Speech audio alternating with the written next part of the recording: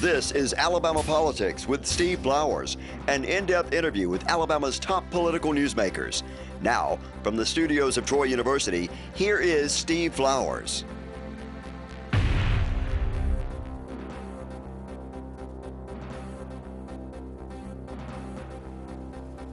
I'm Steve Flowers, and welcome to Alabama Politics.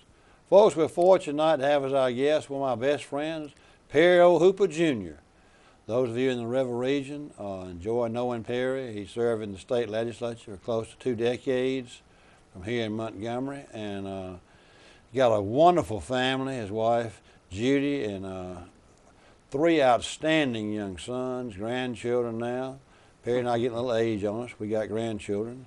We've been friends a long time. We were friends in the legislature. We were compatriots and had pretty close voting records, and got to be good friends, and have stayed friends over the years. You make good friends in the legislature.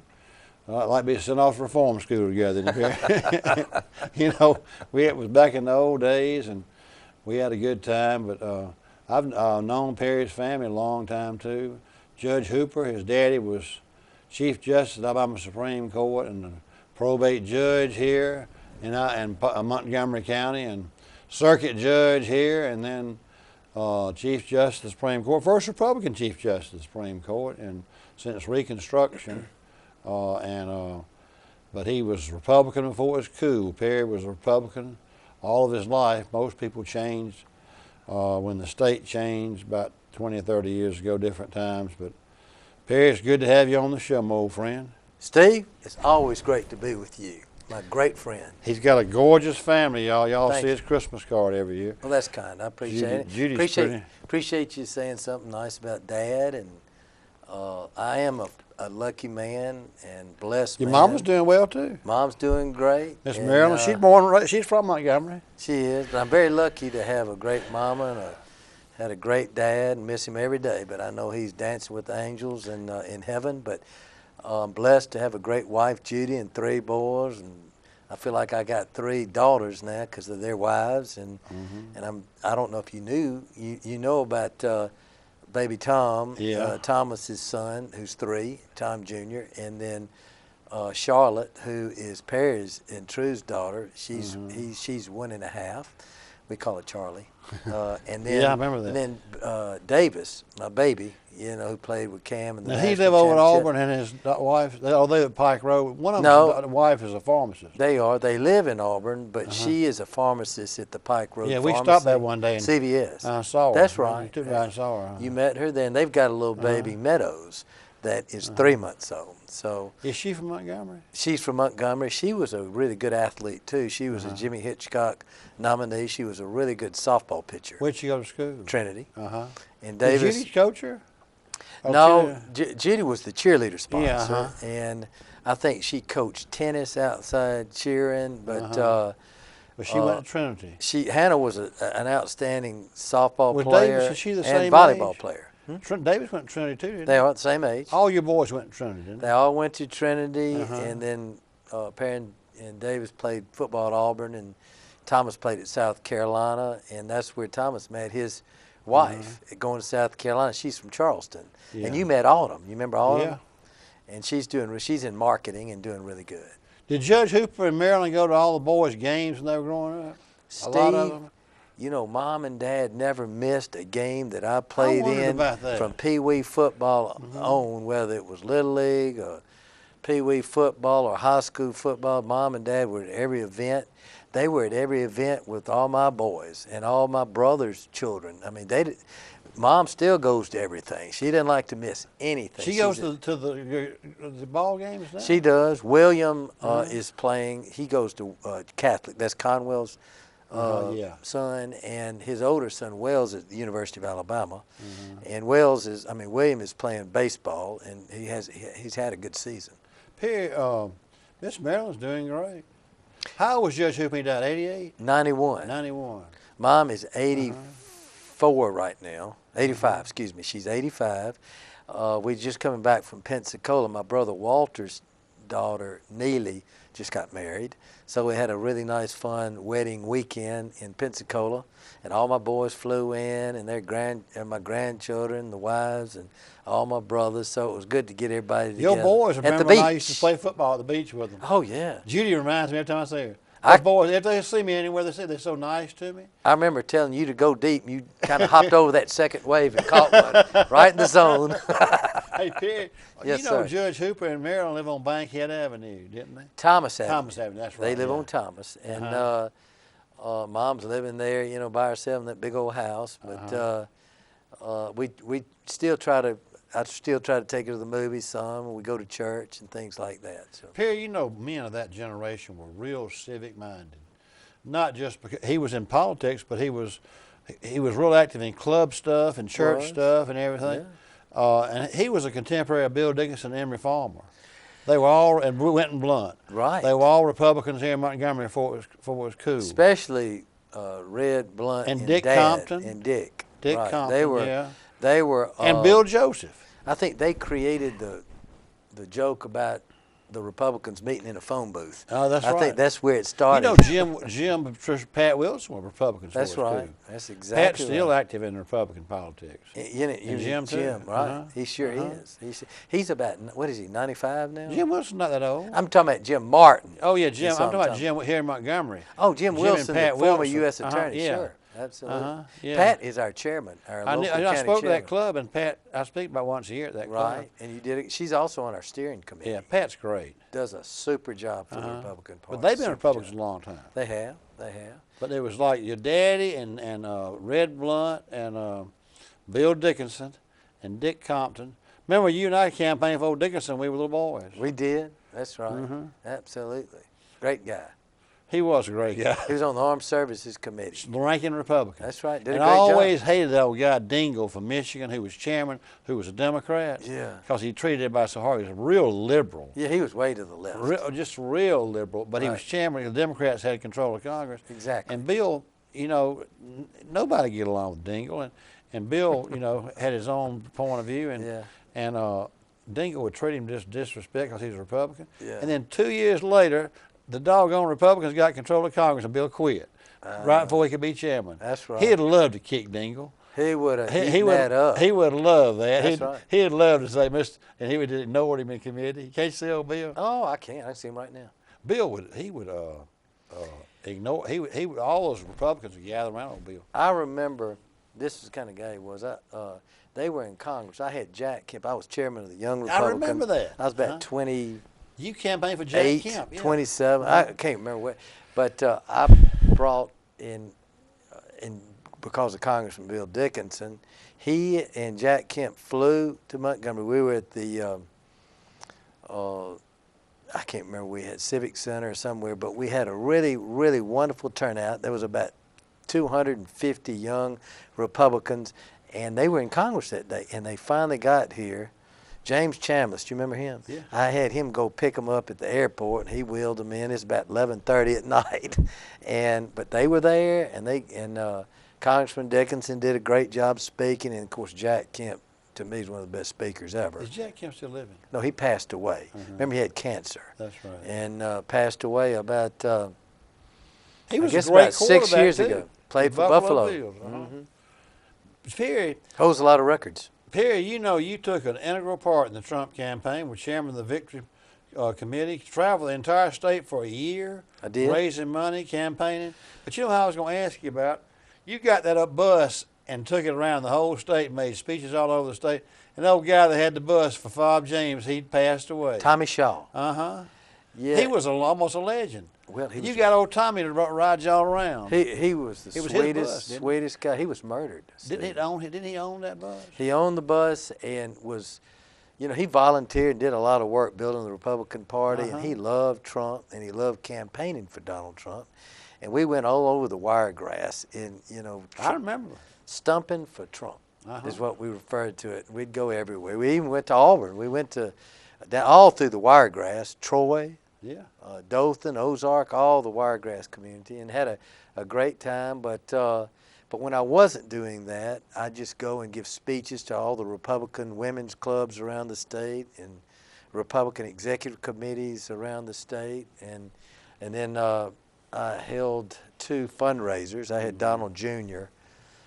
Come and appear for fundraisers at the club in Birmingham, and then I had an event at Guy Slauson's house. Yeah, I saw Guy the other day. And he did really, it was a well-attended event, and so I'm still the Trump Victory Chairman. I'm still active, doing things, trying to help raise money for his reelection and to help him with congressmen and senators that run.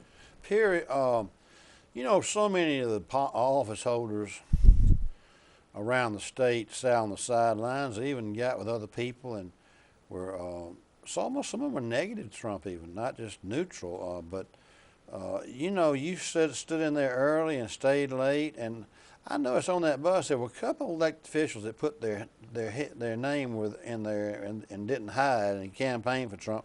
One of them was Twinkle Cavanaugh, another one was Tom Parker, that were on that bus. You know, some of these people who claim, you know, the rest of them sat on the sideline. Well, let me say this: they came late. Yeah, but that was like the day before, 2 days before the election. I like Tom. You know, he was a cruise delegate. And Twinkle came aboard. Listen, we're humbly appreciative because at that point in time, we wanted to win the election. We wanted to beat the Democrat.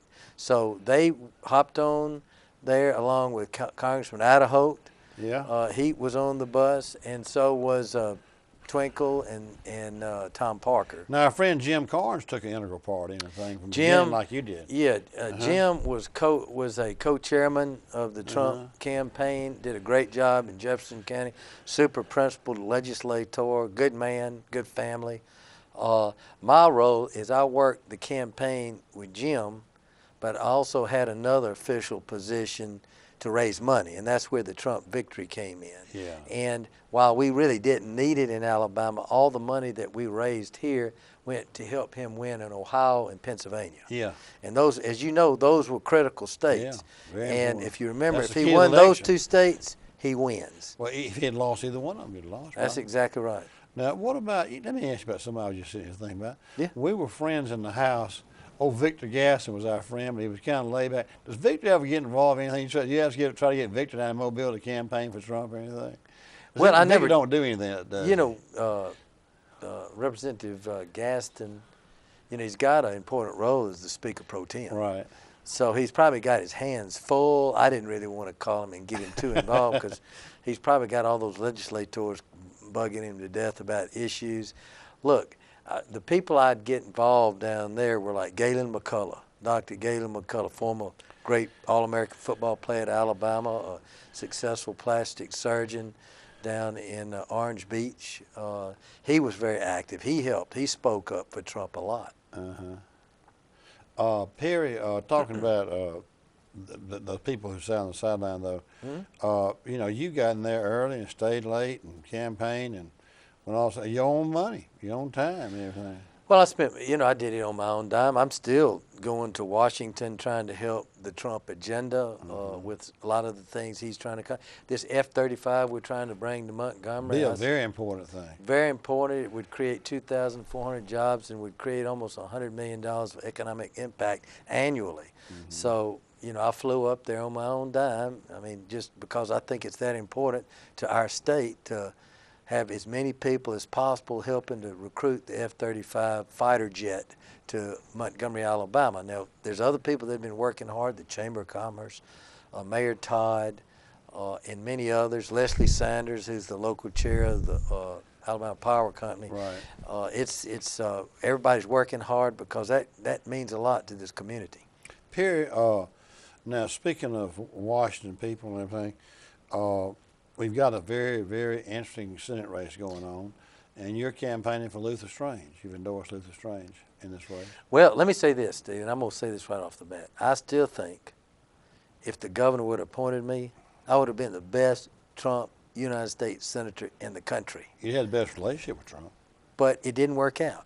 I had a lot of people pulling for me. I had close to 10,000 people trying to draft Perry Hooper Jr. for U.S. Senate. But look, it didn't work out. That's fine with me. I can do many other things to help Donald Trump. one thing I wanted to do, if I wasn't going to run, I wanted to see who would be best to serve in that position to help Donald Trump make America great again and to be the best for the great state of Alabama. I studied what he wanted done the first 100 days, whether it was passing legislation to cut taxes for the average Alabamian, whether it was repealing Obamacare, whether it was passing meaningful immigration reform and taking money from sanctuary cities and putting it into building the wall. I looked at all of these issues, and there's only one person that I saw that is standing up for Donald Trump, and his name is Luther Strange. I didn't particularly like how that came down, the appointment. I wish I'd gotten appointed. But at this point in time, it's about who can help America and who can help the great state of Alabama, who can help us with infrastructure, who is going to help us create jobs and bring prosperity to America. And right now, Luther Strange has taken the leadership. He's become a floor leader for President Trump. He's out there working hard with his bill. He's handling for Jeff Sessions and the president to take money from the wasted sanctuary cities and put it into building the wall to create real immigration reform. He's doing a lot of things to help America and help the great state of Alabama, and that's why I'm for him. Mm-hmm. Well, I think you're a real asset of him being for it. But well, thank you. This race is right on us. You know, it's right here on us. It's going to be a sprint right to the line. It is. It's a sprint. And let me say this: all the candidates, Roy Moore, Mo Brooks, Randy Brunson, Trip Pittman, they're all good friends of mine. And Luther Strange, any one of them would be a good United States senator. All of them have good ethics. Probably vote the same way. I don't know. You know, there's only one guy that I've seen that has been down the line with Donald Trump, and that's Luther Strange. Mm-hmm. You know, I better leave it at that. And but they're all good people, and we want people that are in positions of authority. We want somebody that's close with the president. We want somebody that's close with the leadership of the Senate. Why? Because that helps who? The state of Alabama. Mm-hmm. Richard Shelby, in his powerful positions, helps Alabama probably more than anybody. He's probably one of the most powerful senators in the country. Well, he's taking Luther under his arm, mm-hmm. and he's teaching him, and he's learning from his leadership. But Luther also has learned to be a floor leader for Donald Trump. And so I'm excited what he's doing. He's got the guts to stand up and say, I want to make America great again, and I'm going to do everything in my power to implement the Trump agenda for America. Well, Luther's good friends with both Senator Shelby and Senator Sessions. Absolutely. Yes, absolutely. There was no question that he was their favorite for that job. Shelby liked Strange quite a bit. And, you know, I think that's well known. And, you know, I don't think Shelby's not in the position to openly campaign for anybody, but it's anybody who knows that he's for Strange. They've been friends for 35 years, oh, yeah. Close friends. Right. And they go as close as I am with Jeff Sessions, and, you know, Dad and goes way back with Jeff. Right. I mean, Jeff was Dad's campaign manager when Dad ran for United States Senate in '65. Was it 65 when he I ran think for, that was it. It was after Dad may was have been probate 66. judge. Yeah, it may have been 66. It was after when Dad was probate judge. And he ran against Sparkman. I guess he was. He ran against Jim Allen. Jim Allen. And it was Jeff Sessions was Dad's campaign manager, I believe. He was going to Huntington. And so we've been friends a long time. And then Jeff, if you remember, was the Attorney General to make sure Dad was certified as the United States Supreme Court Chief Justice. I mean, the Alabama Supreme Court Chief Justice. Jeff Sessions had a lot to do with Dad, making sure everything was honest, and it was all about the rule of law and integrity, and that's all about Jeff Sessions. You know, here in Montgomery County, in the next year's election, which is already on us too, would have already probably started, but the Senate race is probably going to be a cloud over it for about 3 months. one of the Senate races, state Senate races, is going to be very contested. It's going to be that one for Brubaker's seat here in Montgomery. Who all will be in there? I mean, a lot of your friends will be in there, won't they? Well, I've heard a number of names from Rhonda Walker. She's a county commissioner. Corky Hawthorne, possibly Reed Ingram. You know, people have talked to me about considering that. It's an important position, but we'll have to wait and see what takes place. But Dick has done a great job. He's been a really good state senator. Yeah, very conservative too. I kind of wish he was still running. I know a lot of people do. Brubaker, he's been a fine state senator. Well, his heart's in the right place. It is. I've had him here quite a few times, and he really is interested in just being a state senator and doing a good job. I don't think he's interested in the other higher position or anything. But state senator is a very powerful position now.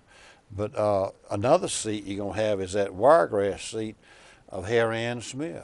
That mayor down there is gonna run. There's gonna be several state senate races. But you also next year got the governor's race. You got the lieutenant governor's race. You got attorney general. Right. You got secretary of state, state treasurer, ag commissioner. You got 5 seats on the Supreme Court. I think they're all wide open. Yeah, they are. It's. I do think that Kay Ivey, you know, may have an inside shot because she's the incumbent. Yeah. And she's done a good job so far, Steve. I guess if she keeps doing what she's doing, she'll be hard to beat. I agree with you. And I like him. I like John McMillan. He'd be a wonderful governor. He sure would. I don't know who else is announced. Well, the mayor of Huntsville, Tommy Battle. He announced. Yeah. Carrington's running. Now, Tommy's a good guy. Yeah. He's been a fine mayor. I like him. I always have liked him. He would certainly be a great governor. Twinkle Cavanaugh's looking at running for something. Right. Right. So that's that'll be an interesting race. And then, of course, you got the lieutenant governor's race. Yeah. That's going to be a good one. See, you have Rusty Glover, a state senator from Mobile. Right. Mayor Scott Hunter from Huntsville.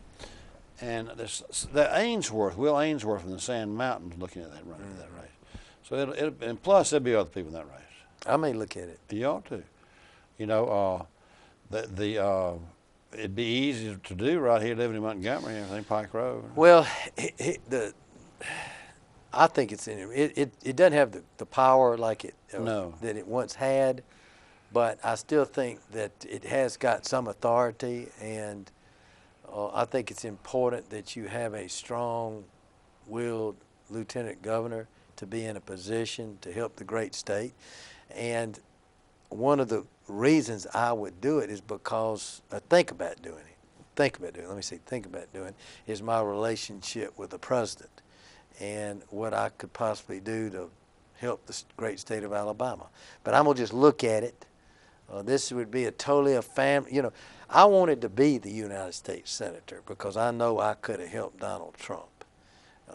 All these other things I'll have to look at and pray about it and talk to my wife. It's totally a family decision. Yeah. But they're all important. That congressional race down in the Wiregrass will be important. We talked about that a little earlier before the show.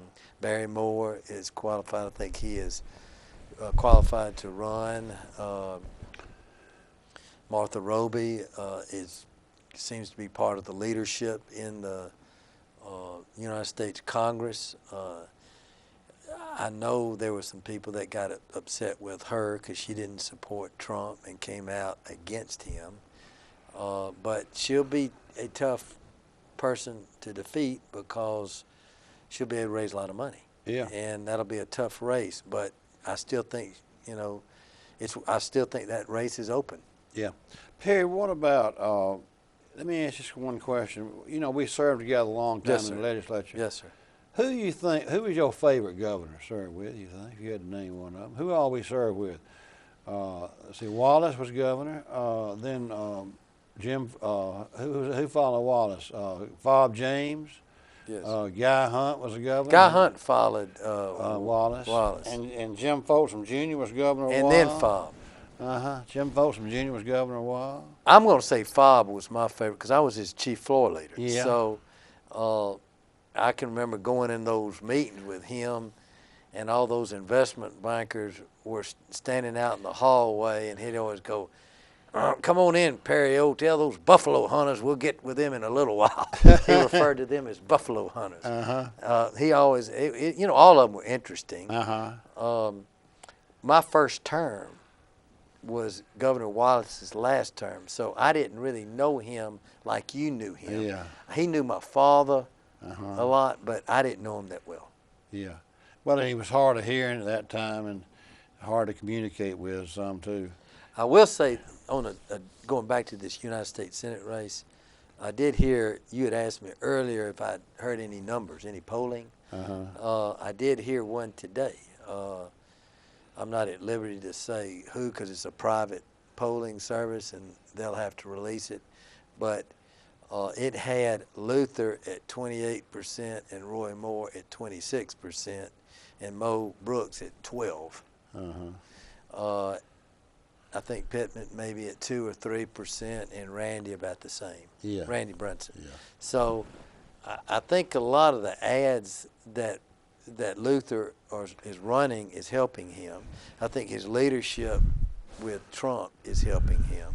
I think him being on Fox every week is certainly helping him. You sure is. It's free publicity. And of course, Alpha's endorsement with the farmers, that's a big vote in Alabama. It sure is. And with the NRA, Uh-huh. that's a big endorsement from It the is. National Riflemen's Association. So those two endorsements will go a long way. Yeah.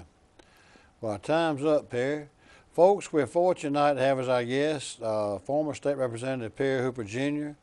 We thank him for being with us. He is now campaigning for Luther Strange in the U.S. Senate race. We thank you, viewers, for watching. Hope you'll tune in again next week for Alabama Politics. Thank you very much. Thank you, Perry.